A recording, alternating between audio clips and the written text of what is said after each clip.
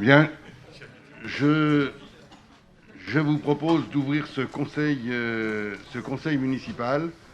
Si vous le voulez bien, le quorum est largement atteint.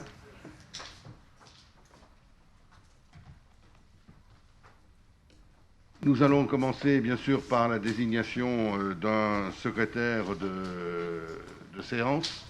Qui est-ce qui veut bien accepter ce rôle? Oui, Yves, merci Fournier. Vous avez l'approbation des PV du conseil municipal du 28 janvier. Est-ce qu'il y avait des remarques sur ce PV? Pas de remarques particulières. On peut considérer qu'il est adopté à l'unanimité. Merci. Et puis vous avez aussi, comme d'habitude, des décisions prises en application de l'article L. 2122-22 du Code général des collectivités territoriales. Et comme d'habitude, des demandes, des questions peuvent être posées sur ces dossiers à la direction générale. Je sais d'ailleurs que Mme Meka a posé plusieurs questions. Et bien évidemment, il vous sera répondu le plus rapidement possible et en toute transparence par la direction générale.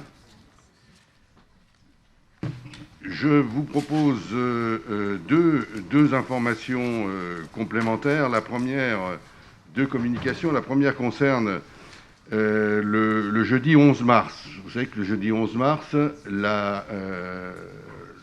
c'est une journée qui est maintenant officielle dans le calendrier des manifestations nationales.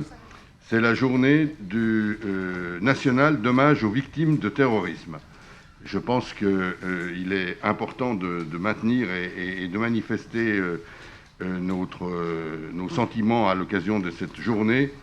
Je vous propose donc qu'Annemasse qu'il y ait une petite manifestation lors de cette journée nationale d'hommage. Elle se déroulera à 14h le jeudi 11 mars devant l'hôtel de ville, le parvis de l'hôtel de ville. Je vous rappelle que tous les moments forts liés au témoignage suite à des attentats ont eu lieu devant l'hôtel de ville. Donc on maintient cette tradition. Et comme nous sommes toujours en période très restreinte en matière sanitaire, il n'y aura que 6 personnes. Et bien évidemment, j'invite un membre de l'opposition qui voudra bien se joindre à cette manifestation, de manière à ce qu'on soit tous représentés dans le cadre de l'unité de la nation face au terrorisme.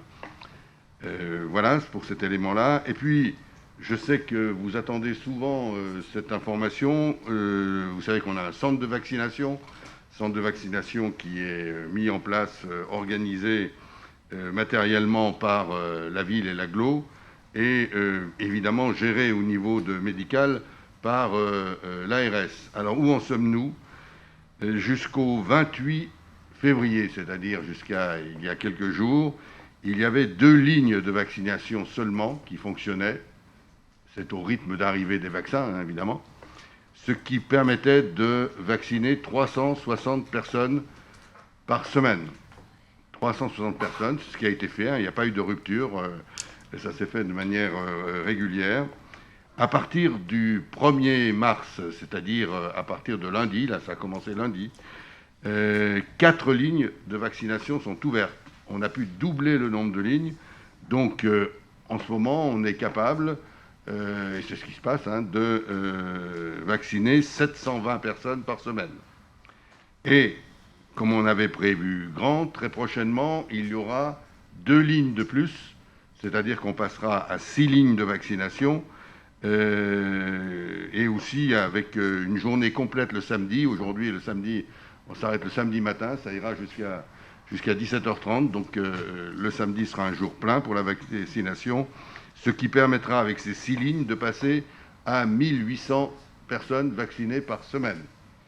Voilà, c'est important, et j'espère qu'on rattrapera très vite, on pourra très vite vacciner le maximum de personnes en fonction des décisions du gouvernement, hein, vous savez, c'est suivant les âges, etc.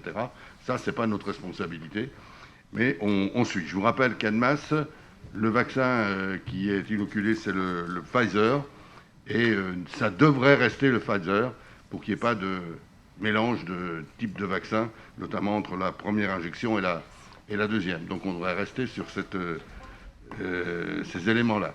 Voilà donc les informations que je tenais à vous donner pour le centre de vaccination.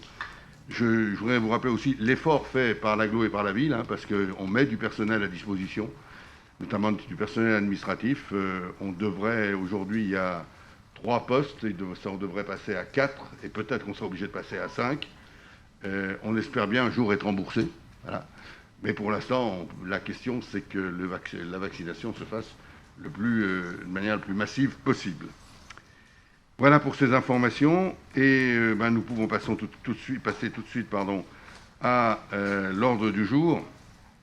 Je salue, comme on le fait maintenant régulièrement, tous les personnes qui sont sur YouTube, qui suivent la retransmission de ce conseil municipal grâce à notre prestataire. Merci pour le travail qui est fait.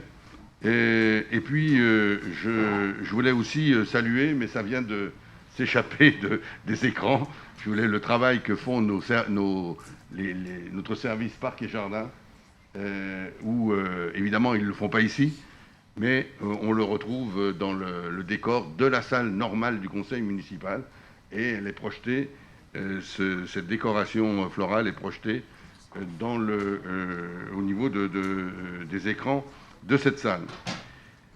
Donc le premier point à l'ordre du jour appelle, et c'est un dossier important puisqu'on discute du fond. J'ai oublié de vous présenter les procurations. Donc avant de commencer le débat budgétaire, je vais vous donner les procurations. Monsieur Yeziliurt pour Madame Dejean, Monsieur Jamel Djadel pour Monsieur Loiseau, Madame Lounis pour Monsieur Abicher, Monsieur Minkela pour Monsieur Boucher, Madame Fradet pour Monsieur Sauge, et Madame Atougui pour Monsieur Mehdi, et Madame Liman pour Madame Ersoy. Voilà les procurations.